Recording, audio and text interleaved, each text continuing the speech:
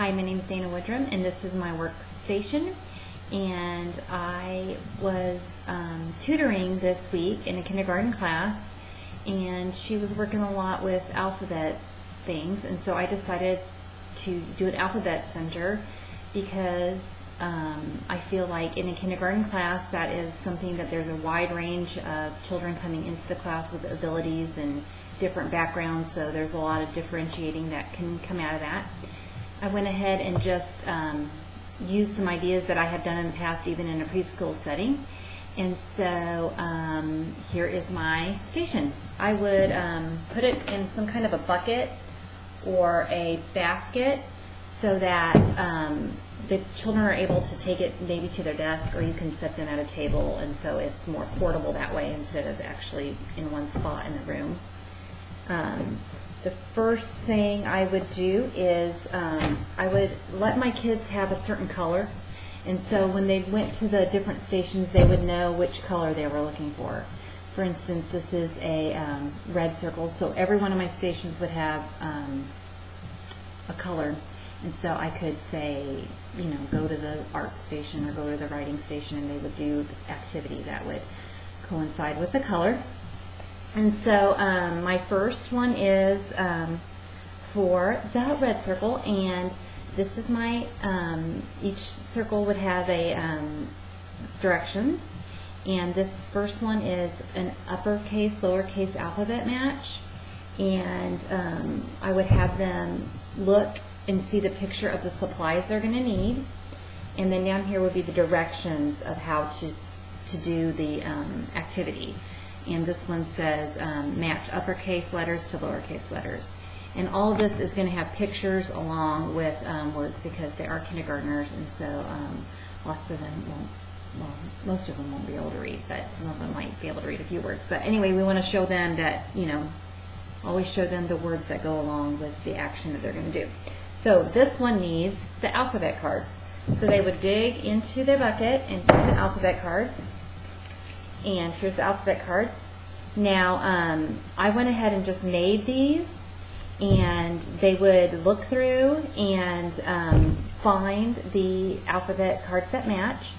And you can probably buy a set of these at the teacher store, but I went ahead and made these off, printed them off the computer. Another thing you could do to change the variation for a different child, if you needed to bump it up, let's say they're doing this and they're doing great, and you want to bump up the activity, you could have them do like a memory game with this, where they're remembering where the uppercase and the lowercase letter is. So even though each one of these activities has a specific color on it, coded, there's always variation within the activity too for the child's abilities. My next station or activity would be this alphabet letter trace, and as you can see, they're going to need pencil and the worksheet, and then here it says trace the letters. So I went ahead and I made this myself too, and of course you can buy worksheets, you know, already done, and these are I just did this way. I was thinking more of this activity being maybe children that don't have a lot of fine motor skills, so to have those dotted lines would be a little bit harder. But even children that are having even more difficulty, you can make the font on this different sizes. And let's say your higher learning children, you could have them just look, you know, write their letters on a regular piece of paper. So like I said, you can change the activities for different ability levels. So that was my second one. My third one here is called Alphabet Picture Match. And what you're going to need, they're going to need is their picture cards and letter magnets, and they're going to match the picture to the letter magnet. So they'll dig into the bucket, get out the pictures, get out the magnets, and so these right here I had from my class. I got at the teacher store, but you could always print pictures off the internet and laminate them and use that, so you wouldn't have to put out any money. Now these are usually just $1. I got these at Walmart for $1, so that wasn't very hard either.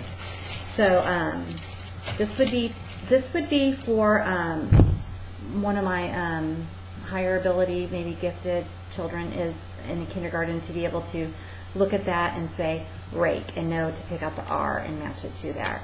Another option is to have them spell out, if they're very, their ability is very high, you could have them even spell the whole word out on these. So that's my third one. Second. And my fourth one is this alphabet match, magnet match. And they're going to use the alphabet again in the alphabet mat. Now, I printed this. I know that they sell these bigger at the teachers' places, but you could even just maybe make it, print it, bigger. My printer didn't do it, but print it, type them out yourself and print it if you needed it to be a little bit bigger, because they're going to take their letters and just lay them on top, and so you would need to make that bigger, but for this, that's what I did. Now, this can also be done in lowercase letters also. So that's my fourth one.